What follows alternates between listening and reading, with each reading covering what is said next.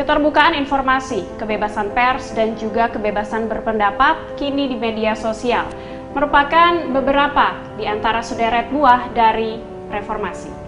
Mei 1998, puncak lahirnya reformasi di Indonesia.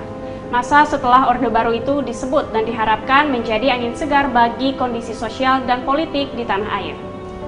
Mei 2021, 23 tahun pasca reformasi. Apakah situasi di Indonesia telah sesuai harapan? Saya bertanya kepada Direktur Eksekutif Institute for Democracy and Strategic Affairs Indo-Strategic, Ahmad Khairul Umam, mengenai pandangannya terkait hal ini.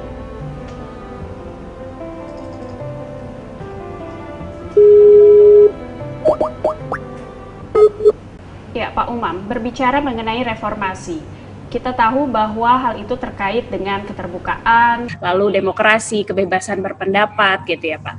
Dan berkaitan dengan itu, bagaimana sih Pak Umam melihat kondisi Indonesia saat ini di 23 tahun pasca reformasi 98 Pak? Pada dasarnya ada perubahan signifikan ya.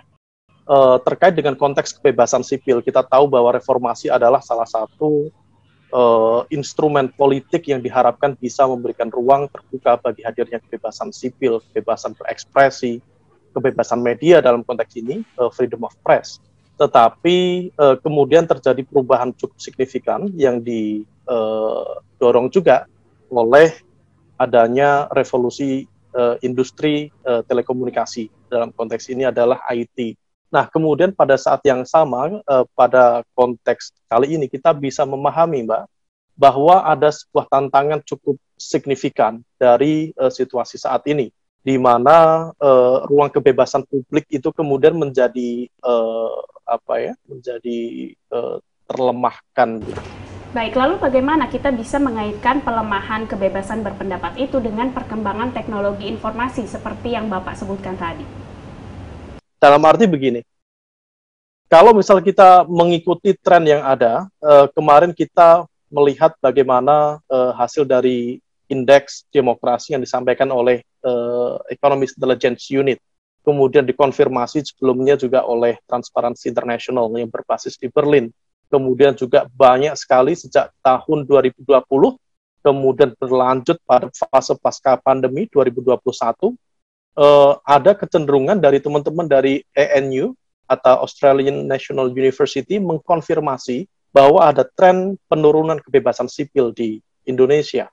Salah satu pendekatan yang kemudian menjadi sangat-sangat tidak produktif adalah bagaimana pembiaran terhadap buzzer. Ini fenomena buzzer, ini fenomena baru, belum ada 10 tahun yang lalu, belum ada mungkin praktis 5 tahun yang lalu juga, mungkin baru mulai. Tetapi faktanya kemudian buzzer memberikan ruang yang sangat luar biasa bagi berkembangnya demokrasi yang disulut oleh apa yang kita sebut dengan fake news, hate speech, dengan hoax, yang semua itu kemudian menjadi campur aduk, sehingga kemudian menciptakan apa yang kita sebut dengan post-truth politics. Jadi tidak jelas lagi mana yang benar, mana yang salah.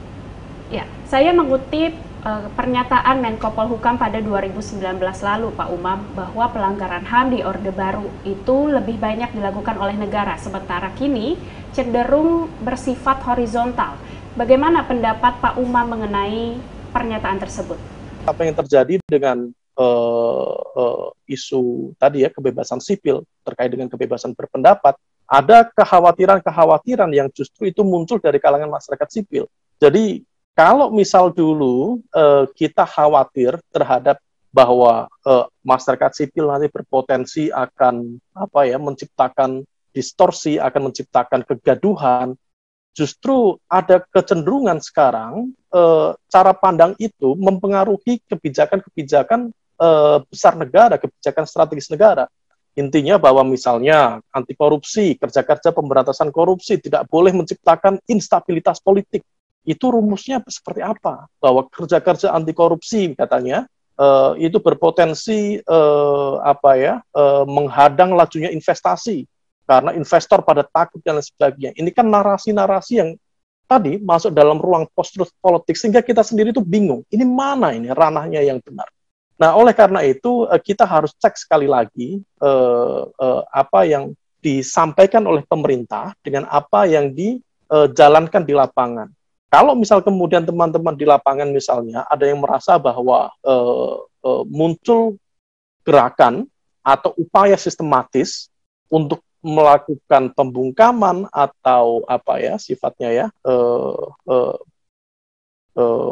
menciptakan hal-hal yang sekiranya itu tidak produktif terkait dengan kebebasan sipil, tentu harus kita suarakan.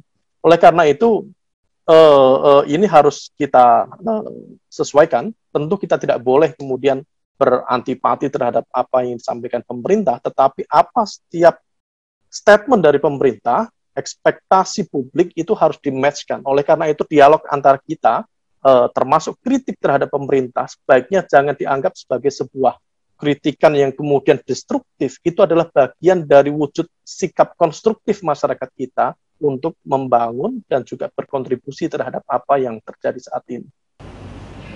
Dengan ekosistem kebebasan sipil saat ini disertai fenomena buzzer dan sebagainya, bagaimana negara dan masyarakat semestinya bersikap? Saya berharap misalnya pemerintah benar-benar konsisten di dalam menyikapi seluruh stakeholders yang terkait dengan situasi saat ini, terutama terkait dengan konteks kebebasan sipil, terutama tadi terkait dengan fenomena buzzer. Jangan ada kemudian tebang pilih.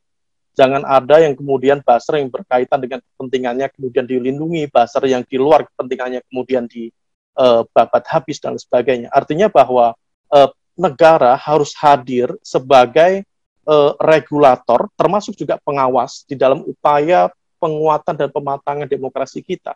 Kalau kemudian negara sendiri bermain tidak fair, maka saya yakin akan terjadi kegaduhan di sana-sini. Oleh karena itu, berkaitan dengan konteks ini, tentu Menko Polhukam dan juga misalnya yang lebih teknis adalah Menteri Komunikasi dan Informatika, itu benar-benar harus firm terkait dengan upaya penertiban hal-hal ini.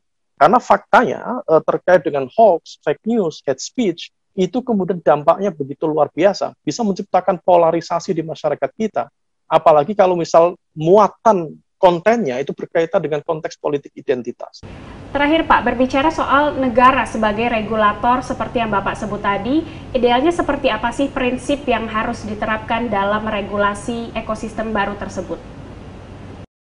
Saya tidak bicara lebih teknis ya, tetapi secara general negara itu harus bersikap adil. Siapapun elemen, siapapun kelompoknya, ketika dia mencoba untuk melakukan hal-hal yang sekiranya bertabrakan dengan HAM, kemudian privacy, kemudian hal-hal yang tidak berkaitan dengan kepentingan publik, jadi mengeksploitasi isu-isu private tetapi untuk melakukan serangan terhadap yang bersangkutan dengan mempermalukan di ranah publik, tentu itu bagian dari hal yang tidak produktif terkait dengan masa depan demokrasi kita. Nah, faktanya itu banyak terjadi.